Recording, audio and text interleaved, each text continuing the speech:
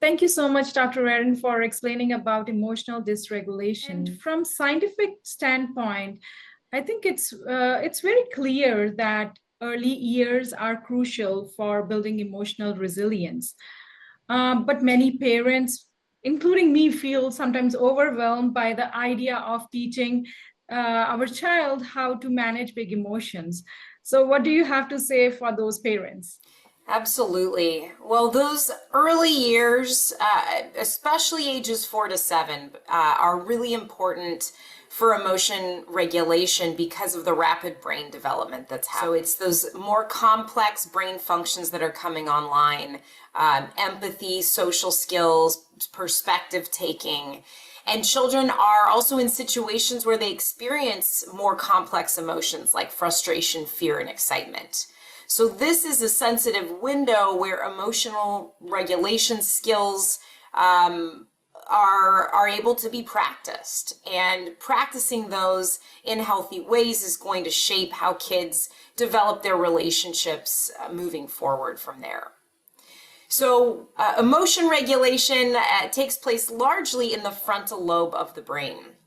So the frontal lobe is responsible for our executive functions, or things like planning ahead, controlling our impulsive reactions, taking perspective, putting the brakes on ideas, or switching from one approach to another approach in a situation.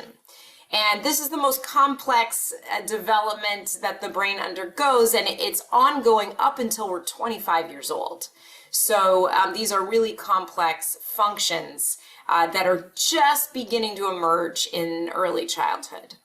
So the frontal lobe is helping to regulate emotions, but because it's still so immature at this age, we're going to see emotion outbursts or meltdowns very commonly. Although for some kids, depending on their temperament and other factors, they're going to be more sensitive and have more difficulty with those skills. It may take more practice and more support and coaching to develop that self-control.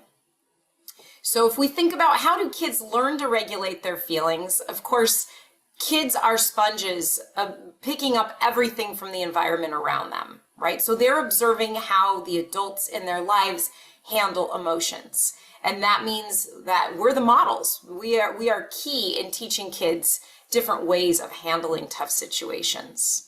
So, kids have more limited verbal skills than adults do. So they're often not going to be able to explain what's going on, or even, why they're upset or what the emotions are. They're going to rely on us to help supply some of that communication verbally and non-verbally with them. So we can provide powerful modeling by having clear boundaries in the home and about how we express ourselves and how we treat each other. We can demonstrate validation, right? We can tune in when they're having a big feeling. Instead of getting scared and trying to control the situation, we can tune in, we can try to understand, and we can supply some language for kids to validate how they're feeling. And that lays the stage for problem solving and kids being able to pick a more effective way of handling a situation. So part of this, of course, is empathy and collaboration, working together. So this is a key time to introduce those skills. And so when we label emotions in kids, we can extend that to labeling emotions in other people, and helping kids notice how others self-soothe and practice those techniques themselves, so that they are going to have a skill set moving into the next years of their lives. So we often have to be the frontal lobe for our kids, right? We have to think ahead. We have to take perspective so that we can model and then guide our kids through learning and practicing those skills. Thank you once again for sharing such valuable science-backed strategies.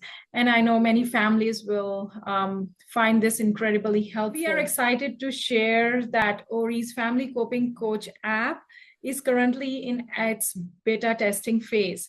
So if you are interested to join it, please reach out to me directly. or you can visit us at www.maxishealth.com. Also, I want to share that this is just the beginning, and we will continue hosting webinars like this to dive deeper into the challenges parents face and share practical research-backed strategies to support your child's emotional well-being.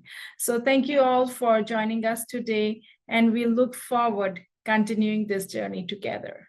Thank you.